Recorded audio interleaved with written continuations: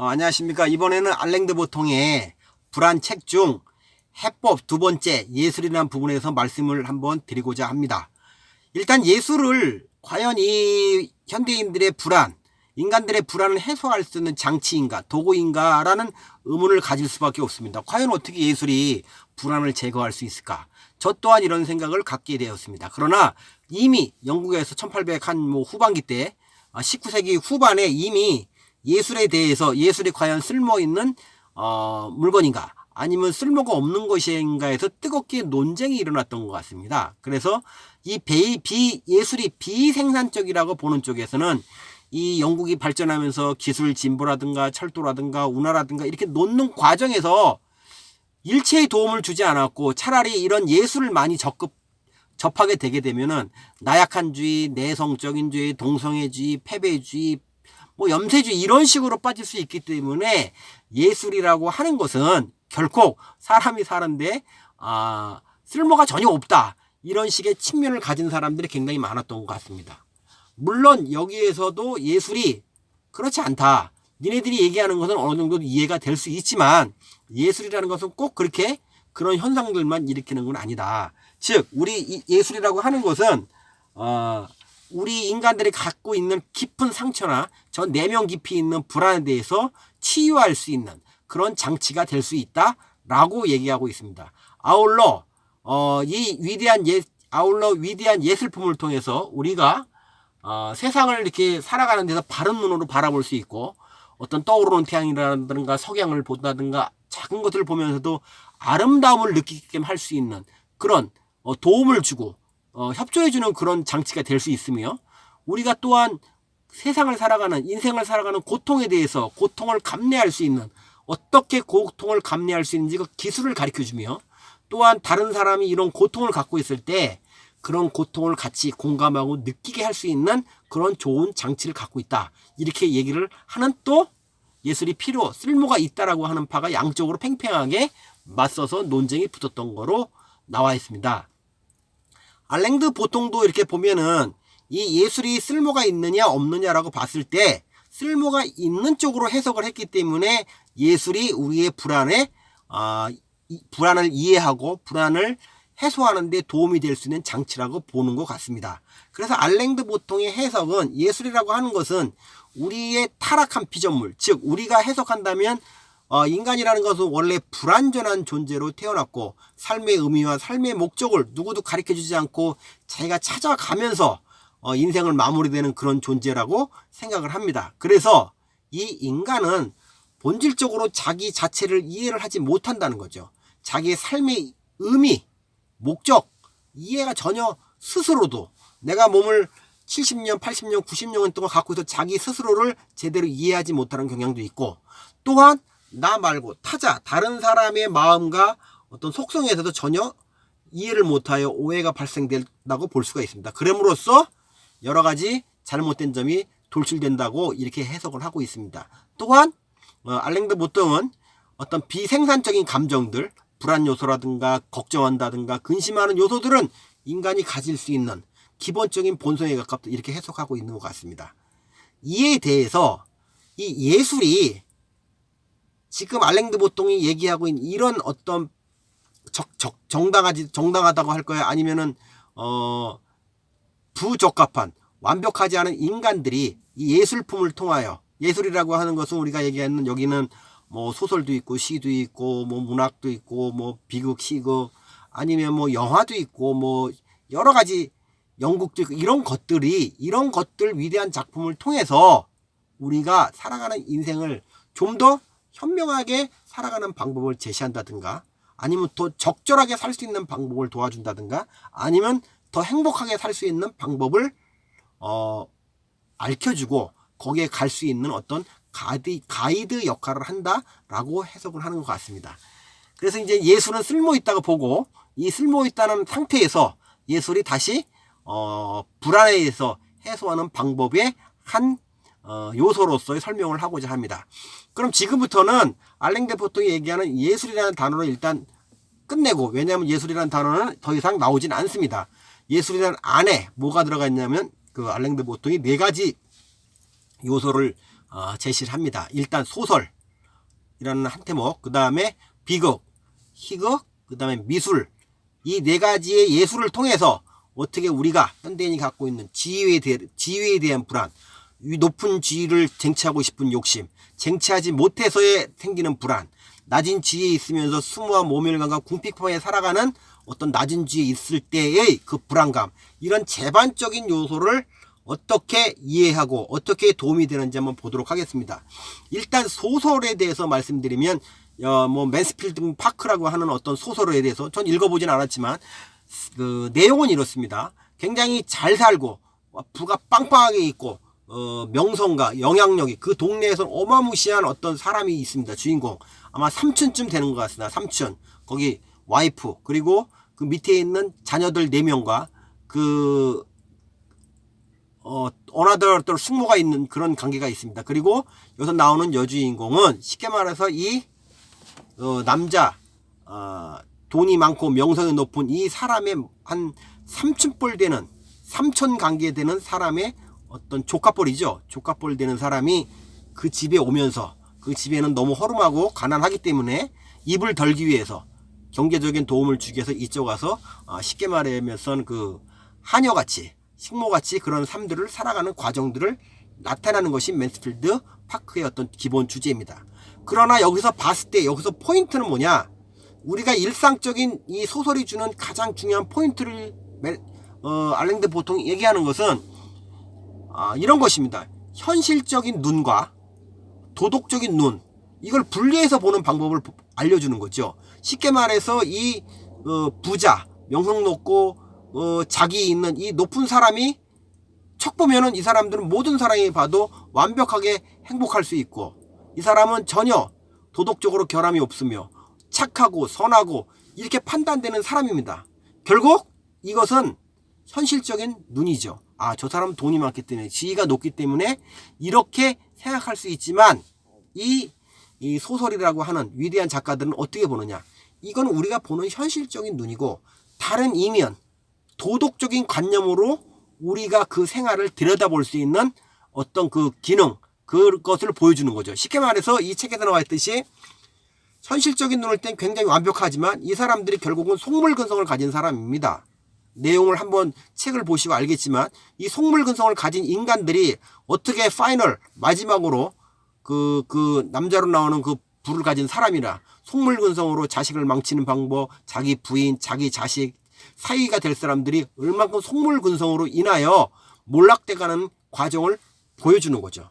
그리고 이 낮은 지위에 있는 조카로 하녀로서 와서 일을 하고 있는 이 펜이라는 사람이 결국 낮은 지위에 있지만, 그렇다고 그 사람이 낮은 지위가 있지만 그 사람이 낮은 지위가 있을지라도 이 사람이 영혼까지 마음까지 다 천박하고 누추하고 비루하진 않다. 그렇기 때문에 이것을 새로운 각도, 우리의 현실을 새로운 각도로, 새로운 눈으로 볼 수 있는 시각을 주는 것이 소설의 주로 핵심이다, 이렇게 얘기를 하는 거죠. 그러니 제가 해석해서 볼 때는 요즘 능력주의자든가 물질 만능주의 사회, 이런 사회 속에서 살면서 부를 성취하고 명성을 이렇게 하고 자기가 경제적으로 성취한 어느 일정한 높이에 있는 사람들은 선이고 과연 그것이 미덕이고 행복이다 절대치를 주지 말고, 거기에는 그 사람의 나름대로의 고통과 속물근성이 나타나는 부작용이 있으며, 밑에 사람들은 결국 낮다라고 하더라도 수치와 모멸을 받을 이유가 없고 영혼이라 거기서 별도로 다른 행복감을 찾을 수 있다, 이런 얘기를 하는 것 같습니다.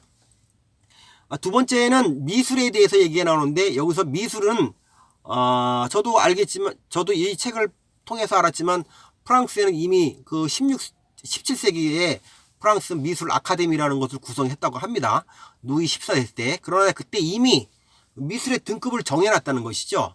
첫 번째 1등급이 역사화, 그러니까 예전에 그리스 로마의 어떤 그 뭐 울퉁불퉁한 어떤 신전인의 그림이라든가 아니면 예수 그리스도의 삶 같은 거, 뭐 미켈란젤로, 뭐 레오나르도 다빈치, 이런 사람들이 그리는 역사적인 그림을 1등급으로 쳐주고, 1등급이라는 게 상위 등급으로 쳐주고, 두 번째는 초상화, 왕들이나 여왕이나 귀족이나 영주의 그림을 그리는 사람들을 두 번째 그레이드로 받고, 세 번째는 뭐죠? 그게 풍속화가 아니라 풍경화, 어떤 자연을 두고 이렇게 그리는 것을 세 번째 등급으로 뒀고, 이 중에 프랑스 미술 아카데미의 가장 낮은 진급이 풍속화라는 거죠. 풍속화라고 하는 것은 일반 뭐 역사라든가 초상화도 아니고 그냥 일상적으로 그 당시에 살아가는 서민들의 어떤 생활 패턴, 뭐 김홍도의 씨름이라든가 아니면 그네 타는 뭐 이런 풍속화를 그리는 것이 그 당시의 프랑스 아카데미에 보는 미술의 등급의 가장 낮은 등급이라고 하였습니다. 그렇지만 우리가 여기서 이해할 것은 역사화라든가 초상화라든가 이런 거를 그리는 것이 꼭 우수하고 대단한 것은 아니다. 이 풍속화를 그림으로써 이런 사람들은 무엇을 제시하고 싶었느냐? 우리가 갖고 있는, 우리가 보고 있는 화려하지 않은, 그리고 우아하지 않은, 그리고 그리스 로마 시대의 어떤 성전과 조각 같은 것이 눈길 가지 않는, 우리가 보통에서 보이는 그런 그림을 그리는 사람들이 있었어요. 그런 사람들이 뭐냐? 여기서 얘기를 드리는 뭐 나폴리의 지붕이라든가, 그냥 이렇게 그 서민들이 사는 지붕을 그린다든가, 아니면 뭐 소가 두 마리가 뭐 초원에 뒹굴고서 뭐 풀을 뜯어먹는 이런 그림을 그린다는 거죠. 과연 이런 그림들을 그리는 것이 무슨 역할을 하고 우리의 불안을 해소를 하게 되느냐라고 하는 요점을 보면, 말씀드린 우리가 이것을 지위라고 봤을 경우에 높은 지위에 있는 사람들에만 가는 관심이라든가 칭찬이라든가 그런 것들, 그런 화려한 것들만 우리가 눈길을 가야 되는 것이 아니고, 우리가 아주 평범하고 일상적인 어떤 삶에서 느끼는 그 아름다운 모습을 보여주는 게 바로 풍속화가 보여주는 어떤 장점이죠. 그럼으로써 그런 그림을 보면서 세상이라는 것이 꼭 높은 지위, 돈, 부 그런 것을 높이 성취한 것들만 중요한 것이 아니고, 우리가 주변에 있는 아주 작은 것들, 뭐 일상적으로 일하는 어떤 사람들의 모습이라든가, 아니면 뭐 그냥 스쳐갈 수 있는 어떤 소소한 일상도 우리가 바라보면서 또 다른 우리의 인생에 작은 것에서 행복을 느낄 수 있는 것을 줄 수 있다. 그런 것을 줄 수 있다라고 하는 것을 뭐냐면, 불안을 해소하는 요소는 아니지만 불안의 반대말이 뭐냐? 안정이거든요. 그런 걸 보면서 내가 높은 걸 추구하지 말고 낮은 지위에 있더라도 우리의 주변에는 소소하고 일상적인 것을 갖고 있다면 우리의 삶이 더 풍요로워질 수 있지 않느냐. 그런 식으로 우리가 안정감을 갖고 있다. 그렇기 때문에 미술은 별도의 우리의 불안을 해소하는 어떤 장치다. 이렇게 말씀을 알랭 드 보통이 하는 것 같습니다. 세 번째는 그 비극에 대해서 나타나는데, 비극에는 그 사례가 참 재미있고, 거의 뭐 이 정도의 아픔을 갖고 살아본 사람은 거의 없지 않겠느냐. 거의 뭐 막장의 그 클라이막스가 아니겠나 싶습니다. 거기서 예를 나타난 것이 오이디푸스 왕입니다. 오이디푸스 왕이라고 하는 것은 뭐 간단하게 여러분들이 너무 잘 아는 문제겠죠. 잘 아는 어떤 에피소드라든가 이야기 때문에 잠깐 정리하고 나가면, 오이디푸스는 이미 스핑크스가 내는 어떤 질문을 풀어서 왕이 되죠. 뭐 이게 맞는지 모르겠지만, 아침에는 뭐 4발로 걷고, 점심 때는 2발로 걷고, 저녁에는 3발로 걷는 것이 무엇이냐. 뭐 예를 들어서 이것이 정답은 사람이다. 또 하나는 뭐 하나가 밀어내면 또 하나가 생기고, 또 하나가 밀어내면 또 하나가 생긴다는, 그것이 뭐냐 할 때 해와 달이라고 하는 그 스핑크스의 질문. 근데 이 스핑크스가 이 질문을 던졌을 때 풀지 못한 사람은 바로 잡아 먹히죠. 그러나 이 오이디푸스는 이런 문제를 풀므로써 영웅이 되고, 그럼으로써 왕이 되는 그런 사람입니다. 그렇지만 이 과정에 이런 행복한 어떤 대단한 그 성취를 이룬 사람이지만, 그 이면에는 뭐가 있냐? 아시다시피 외나무 길을 내서 어느 노인네가 싸움을 하면서 승질을 못 이겨서 그 사람을 죽이죠. 근데 이 사람이 누굽니까? 나중에 알고 보니까 자기 아버지예요. 자기 아버지를 죽이는 비극을 겪은 사람이 오이디푸스입니다. 그러나 또 여기서 비극이 여기서 끝나지 않습니다. 그리고 나서 스핑크스를 무찌른 어떤 그런 결과로 인하여 그 사람이 어느 나라의 왕이, 테베의 왕이 되죠. 왕이 되면서 이 먼저 있던 여왕이랑 또 결혼합니다. 이 결혼하는데 결혼한 대상자가 누구냐? 자기 엄마입니다. 자기 아버지를 죽이고 자기 엄마를 죽이고 이런 비극적인 삶이 어딨겠습니까? 그러나 그 밑에 또 그 자기 엄마랑 결혼해서 자식을 4명 낳는 이런 세상 역사의 그 기록이 될 만한 이 막장의 주인공이 바로 오이디푸스입니다. 그런 두 가지 측면을 볼 수 있어요. 이 사람은 스핑크스를 무찌르면서 굉장히 높은 테베라는 큰 고대 그리스 로마의 어떤 전설적인 신화에 나오는 그 왕에 대한 어떤 높은 지위를 가진 사람이 됐습니다. 그렇지만 이 사람은 아까 얘기했던 아버지를 죽이고 엄마랑 결혼하고 엄마가 그 사실을 알고 엄마가 몸에 달아 죽습니다. 또 죽고 엄마가 내리고 나서 엄마가 갖고 있는 브로치라고 하는데 이 브로치를 눈을 파서 장님이 되고 그 자기 자식 2명이랑 죽을 때까지 망명을 하여 유랑을 하는 그런 처참한 그런 환경을 비극에서 볼 수 있는 환경인데 여기서 왜 알랭드 보통은 오이디푸스 왕을 얘기했느냐 보면 이런 겁니다. 그런 연극, 비극적인 연극을 보면서 야 저게 과연 이루어질 수 있는 얘기인가? 세상망사 저런 막장이 어딨어. 아버지를 죽여 엄마랑 결혼해 엄마가 죽어 엄마한테 자식을 낳아 이런 말도 안 되는 이 재앙 같은 말도 안 되는 이 실패 말도 안 되는 비극을 보는 사람한테 무슨 감정을 주어야 하느냐. 아 저게 꼭 오이디푸스만의 일은 아니구나. 현실적으로 돌아왔을 경우에 내가 개인의 성취, 경제적인 성취, 아니 스포츠의 성취, 예술의 성취로 일정한 수준의 영향력을 높여 높은 지위에 올라갈 수 있을지라도 어느 순간 잘못으로 인해서 그 지위는 무너질 수 있고 무너짐으로써 낮은 지위로 떨어질 수 있고 저렇게 오이디푸스처럼 처참하게 눈을 찌르고 광야를 돌아다니는 그런 사람이 될 수 있겠구나 라고 생각을 하는 거죠. 그럼으로써 저렇게 오이디푸스가 겪었던 저 비극적인 일들이 오이디푸스만의 일이 아니구나. 저 일은 어떻게 보면 저 일이 나한테 저런 잘못이 나한테도 있을 수 있다. 나는 관대한 눈을 갖게 된다는 거죠. 관대한 눈을 가지면서 어떻게 보느냐.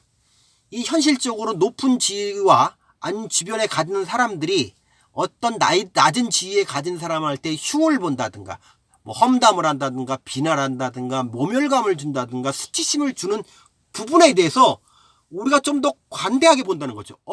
저거는 저 사람이 운명적으로 태어나서 저렇게 비천하고 낮은 지위에 있는 것이 아니고 어느 개인적인 성취를 가졌던 사람이 어떤 실수에 떨어졌을 가능성도 있고 나도 높은 지위에 있지만 저런 오이디푸스처럼 어떤 운명의 한 카테고리, 운명의 굴레바퀴에서 내가 저렇게 떨어질 수 있다는 인식을 하면서 그 사람에게 보는 눈이 되게 관대해진다는 거죠.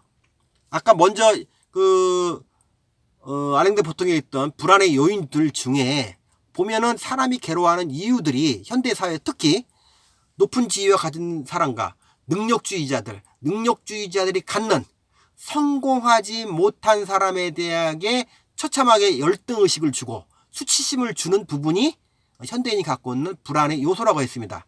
그렇다면은 이런 비극적인 어떤 연극을 보면서 저것이 저 사람만의 얘기가 아니고 우리가 사회를 보고 나서의 이 풍토를 관대하게 볼 수 있는 그런 모습들이 결코 저렇게 봐야 되는 문제가 아니고 세상을 따뜻하게 봐야 된다. 이런 생각들을 가질 수 있기 때문에 비극은 우리가 바라보는 세상을 좀 더 따뜻하고 관대하고 그리고 속물적인 근성, 외형만 보고 그 사람이 인격이라고 보지 않는 포괄적으로 볼 수 있는 눈을 제시하기 때문에 비극 또한 우리 갖고 있는 불안을 해소시킬 수 있는 불안을 해소시킨다는 건 여기도 분위기가 누그러지고 관대해질 수 있는 그런 입장을 우리한테 제공하기 때문에 비극도 우리가 갖고 있는 불안을 해소할 수 있는 이유다라고 하고 있는 것 같습니다.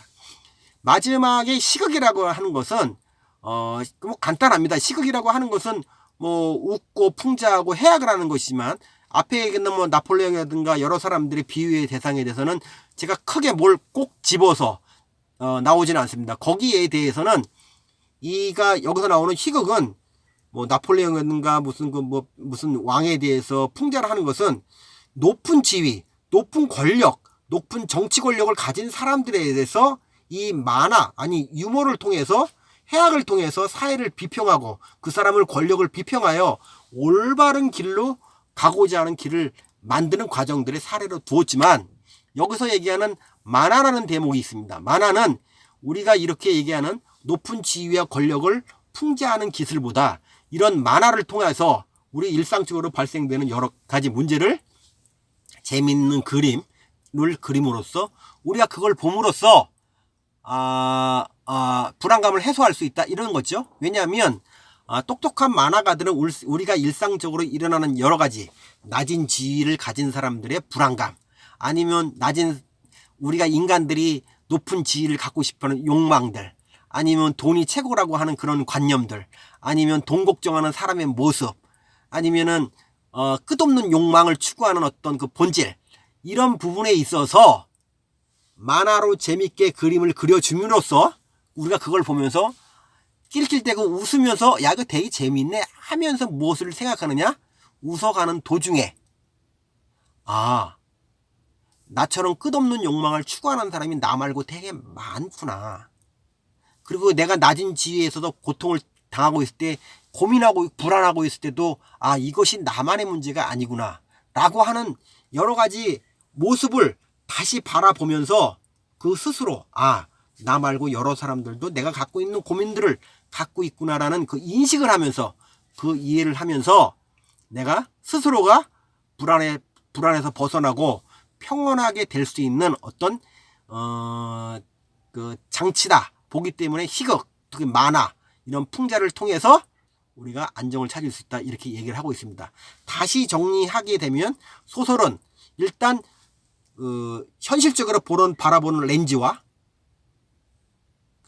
이 소설가는 다르게 도덕적 렌즈로 현실을 이렇게 바꿔서 볼 수 있는 그런 우리의 눈을 줌으로써 높은 지위와 낮은 지위를 갖고 있는 사람을 현실적인 것과 도덕적인 렌즈로 바꿔볼 수 있는 재능과 기술을 그리고 이해를 줄 수 있기 때문에 불안을 제거할 수 있다고 생각하고 또한 미술은 높은 거 아름다운 거 고귀한 것만 그리는 것 말고 우리 주변에 풍속과 작은 것들 지붕, 염소 일하는 사람을 통해서 작은 거에서도 우리가 행복을 찾을 수 있다. 이런 거를 제안하면서 우리가 안정감을 줄 수 있는 것이고 비극은 우리가 몰락되고 있는 지위가 낮은 사람, 지위가 높다가 떨어진 불안한 사람일지라도 그런 사람들은 어떻게 그걸 우리가 그 재앙을 피할 수 있는 사람이 아니고 누구나 그 재앙을 받을 수 있고 누구나 낮은 지위를 가질 수 있다는 의식을 가짐으로써 그런 낮은 지위를 가진 사람한테 모멸감이나 수치감이나 이런 거를 주는 거에 대해서 약간 감할 수 있기 때문에 행복을 줄일 수 있다 생각하고 희극은 마찬가지로 재밌는 그림을 통해서 우리가 나만 갖고 있는 그런 고민이 아니라 모든 사람들이 나와 같은 고민을 같이 갖고 있구나 그런 것을 재밌는 그림을 통해서 안정감을 찾을 수 있기 때문에 알랭 드 보통은 그 예술 속에 이 네 가지를 넣으면서 이런 것들을 잘 몸에 익숙하고 생각해 본다면 현대인이 갖고 있는 불안을 여러 가지 요소를 제거할 수 있고 감축할 수 있고 아니면 줄일 수 있다 이렇게 생각하는 것 같습니다. 저 나름대로의 해석이었고 나름대로 몇 번 읽으면서 찾았던 해법이지만 이것을 한번 저도 꾸준히 생각해 보면서 제가 갖고 있는 불안을 해소하고자 합니다. 감사합니다.